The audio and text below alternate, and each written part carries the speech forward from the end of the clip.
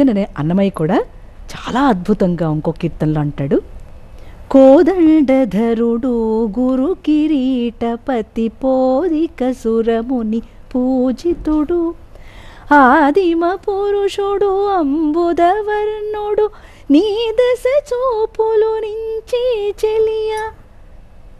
ఈ చరణంలో గొప్పదైన ఒక ఎపిటోమ్ ఏంటంటే గురు కిరీటపతి.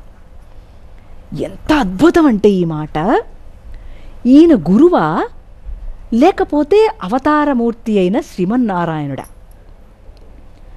ఈ ప్రజలందరినీ కూడా ఆయన కిరీటం పెట్టుకోలేదట, ఆ కిరీటం మీద ఈ ప్రజలందరూ ఉన్నారట.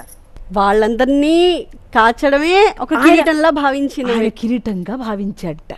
అలా రాజ్య పరిపాలన చేశాడట. సీతమ్మను గురించి ఒక చాలా గొప్పదైన ఒక సిచ్యువేషన్ అన్నమాట. అంటే అయ్యవారు అమ్మవారి ప్రేమకు లొంగిపోతాడు, ఇట్లా చాలా బిడియంతో ఆయన కూడా ముడుచుకుపోతాడట. పరమానములోపలి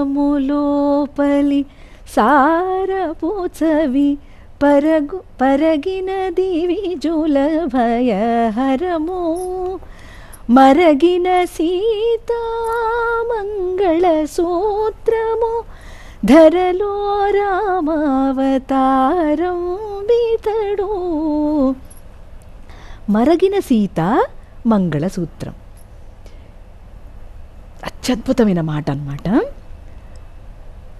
అమ్మవారి మెడలో అయ్య అట్లా తాళి కడుతున్నట్ట, ఆ కనుచూపుతోనే ఆమె ప్రేమకు వశమైపోయి ఈ తాళి కట్టడం మర్చిపోయాడు.